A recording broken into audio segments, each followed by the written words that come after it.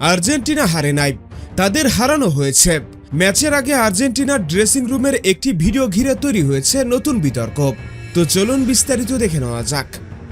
বিশ্বকাপের ফাইনাল ইতিমধ্যেই শেষ হয়ে গেছে।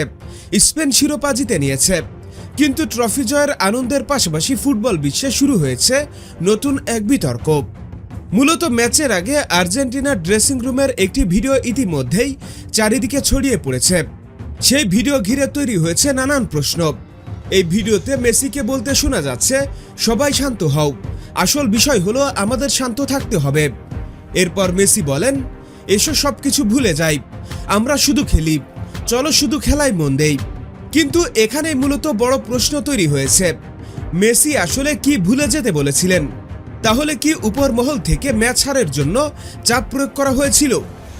এক আর্জেন্টাইন সমর্থক এই সূত্র ধরে বলেছেন, মেসিরা হারে নাই, তাদেরকে উপর মহল থেকে হেরে যাওয়ার জন্য নির্দেশ দেওয়া হয়েছিল।